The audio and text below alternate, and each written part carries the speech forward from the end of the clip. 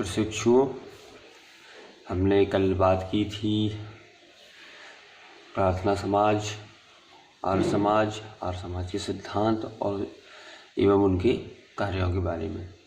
आज हम बात करते हैं रामकृष्ण मिशन के बारे में, जिसको कि स्वामी विवेकानंद ने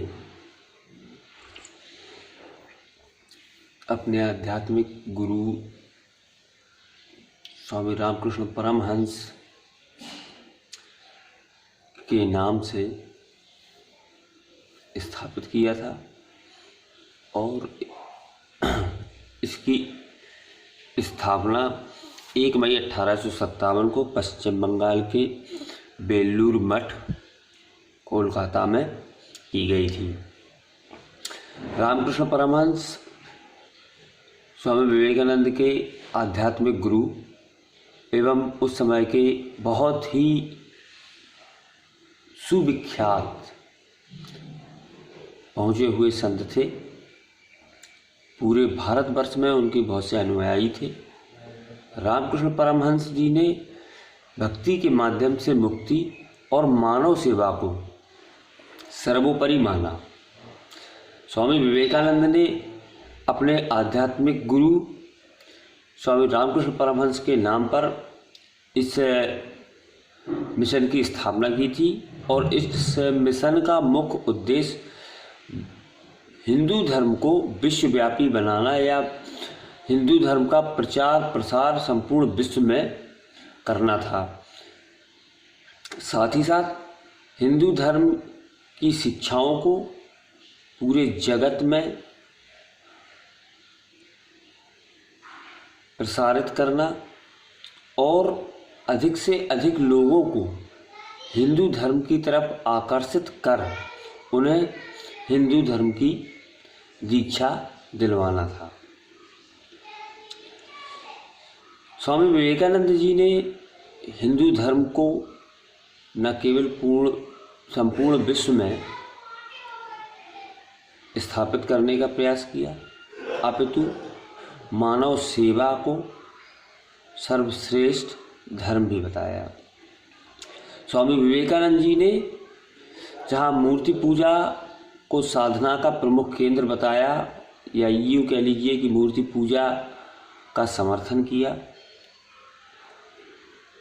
उसके साथ साथ जो हिंदू धर्म में बौद्धोवाद है, बहुत से देवी देवताओं को मानने की मान्यता हमारे धर्म में है, उसकी भी एक सकारात्मक व्याख्या विश्व के सामने प्रस्तुत की। अभी हमने रामकृष्ण मिशन के बारे में चर्चा की थी, तो अब इसी क्रम में मैं आपको आगे लेके चलता हूँ। थियोसॉफिकल सोसाइटी के बारे में बात करते हैं। 17 नवंबर 1875 को थियोसॉफिकल सोसाइटी की स्थापना यूनाइटेड स्टेट ऑफ अमेरिका यानी संयुक्त राज्य अमेरिका के न्यूयॉर्क शहर में हुई और इस संस्था की स्थापना करने वाले जो थे उनका नाम कर्नल हेनरी ऑलकॉट और हेलेना पेट्रोवना ब्लावॉत्स्की था।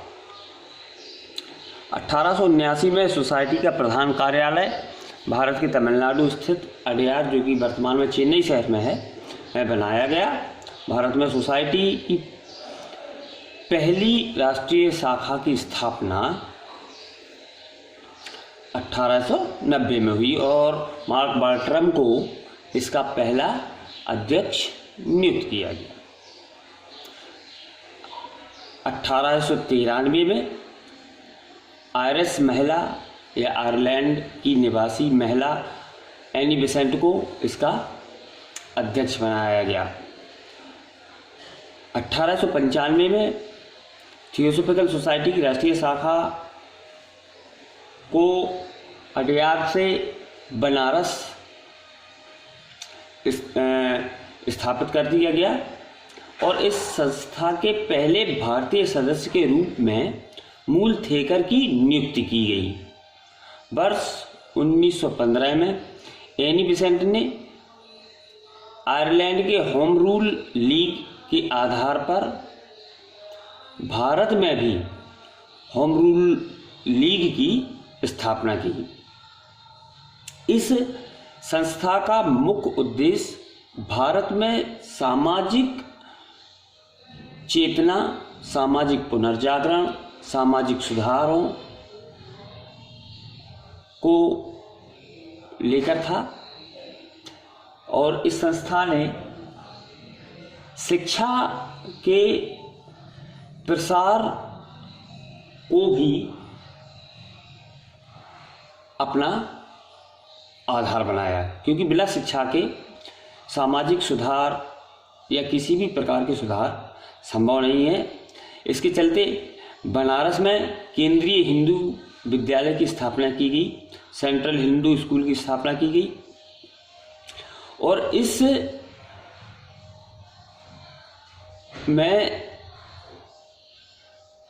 सबसे जो प्रभावित करने वाली बात थी वो ये थी कि इस विदेशी संस्था में भारतीय अपने हितों को देख रहे थे और संस्था का सहयोग भी कर रहे थे। इस संस्था में सदस्यों के रूप में मुख्य भारतीयों में डॉक्टर भगवान दास, एस सुब्रमण्यम अय्यर इसके सदस्य थे। तो थियोसॉफिकल सोसाइटी ने भारत में स्थापना से लेकर भारतीय समाज में एक नई चेतना, भारतीय समाज में शिक्षा का प्रचार प्रसार, सामाजिक पुनर्जागरण, सामाजिक सुधार, निम्न दबे कुचलों को उनके हक या उनका अधिकार दिलाने की बात कही। आशा करते हैं कि दोनों चीज़ें जो मैंने आज आपको बताई, रामकृष्ण मिशन और थियोसॉफिकल सोसाइटी, आपको समझ में आया होगा। तब तक के लिए घर में रहिए, सुरक्षित रहिए, सरकार के द्वारा बताए गए सुझावों, सलाह इत्यादि का अनुपालन करिए। धन्यवाद।